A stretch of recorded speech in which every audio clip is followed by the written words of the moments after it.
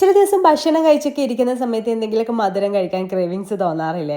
അതേ സമയത്ത് എനിക്ക് തോന്നിയിട്ടുള്ള ഒരു ക്രേവിങ്സിൻ്റെ ഭാഗമായിട്ട് റെഡിയാക്കി എടുത്തിട്ടുള്ള ഒരു റെസിപ്പി ആട്ടോ. നല്ല ടേസ്റ്റ് ഉണ്ട് കേട്ടോ കഴിക്കാനായിട്ട്. ഇത് നമുക്ക് ഗസ്റ്റൊക്കെ വരുമ്പോൾ അവർക്കൊക്കെ സെർവ് ചെയ്യാൻ പറ്റുന്ന ഒരു അടിപൊളി ആയിട്ടാണ്.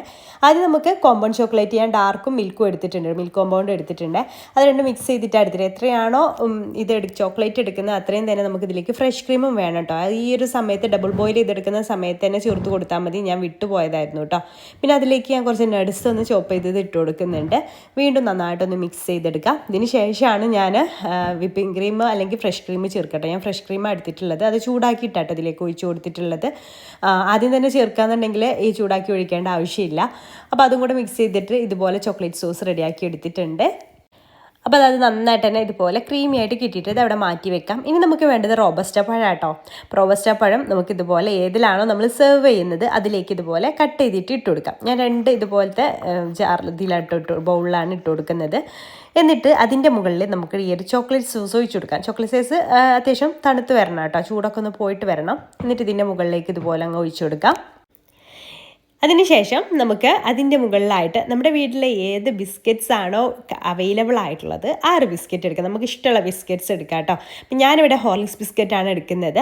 അത് ഇതുപോലെ ഒന്നിങ്ങനെ പൊടിച്ചിട്ട് ഇട്ട് കൊടുക്കാം കേട്ടോ. ഇതുപോലെ ഇങ്ങനെ ചെറിയ കുഞ്ഞു കുഞ്ഞു പീസാക്കിയിട്ട് ഇട്ട് കൊടുക്കാം. എത്രത്തോളം വേണോ അതിനനുസരിച്ച് നമ്മുടെ ബൗളിൻ്റെ കപ്പാസിറ്റിക്ക് അനുസരിച്ച് ഇട്ട് കൊടുക്കാം.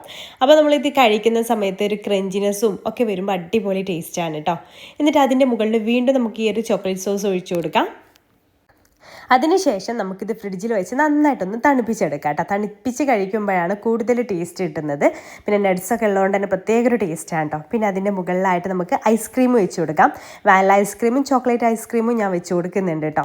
ഐസ്ക്രീം വെച്ച് കൊടുത്ത ശേഷം വീണ്ടും മുകളിലൂടെ നമുക്ക് ഈ ഒരു ചോക്ലേറ്റ് സോസ് കുറച്ചങ്ങ് ഒഴിച്ചു കൊടുക്കാം കേട്ടോ. ഇത്രയേ ഉള്ളൂ, സിമ്പിളാണ്, ഉണ്ടാക്കിയെടുക്കാം. വെറും 5 മിനിറ്റ് മതി കേട്ടോ ഇത് റെഡിയാക്കി എടുക്കാൻ വേണ്ടിയിട്ട്. ഇപ്പോൾ വീട്ടിലെന്തെങ്കിലും ഫംഗ്ഷൻ ഉണ്ടാകുന്ന സമയത്തോ പെട്ടെന്ന് ഗസ്റ്റൊക്കെ വരുന്നുണ്ടെന്നൊക്കെ അറിയുമ്പോൾ അവർക്ക് എന്തെങ്കിലും ഡെസേർട്ട് കൊടുക്കണമെന്നുണ്ടെങ്കിൽ ഇത് പെട്ടെന്ന് തന്നെ റെഡിയാക്കി എടുക്കാൻ പറ്റുന്ന കിട്ടുള്ള ഡെസേർട്ടാട്ടോ. ചോക്ലേറ്റോ ഐസ്ക്രീമൊക്കെ വീട്ടിലുണ്ടെങ്കിൽ എളുപ്പത്തിൽ ഉണ്ടാക്കിയെടുക്കാനായിട്ട് പറ്റും. നല്ല ടേസ്റ്റും ഉണ്ട് കേട്ടോ കഴിക്കാനായിട്ട്. അപ്പോൾ മധുരത്തിന് ക്രേവിങ്സ് തോന്നുന്ന ചങ്കുകൾക്ക് ഇത് ഷെയർ ചെയ്ത് കൊടുക്കട്ടോ. അടിപൊളി ടേസ്റ്റാണ്. ഇഷ്ടമായിട്ടുണ്ടെങ്കിൽ ട്രൈ ചെയ്ത് നോക്കാം. ട്രൈ ചെയ്തിട്ട് ഫീഡ്ബാക്ക് അറിയിക്കാൻ മറക്കല്ലേ. ഇൻഷാല്ലാ പുതിയ റെസിപ്പി ആയിട്ട് നമുക്ക് അടുത്തൊരു ദിവസം കാണാം. താങ്ക്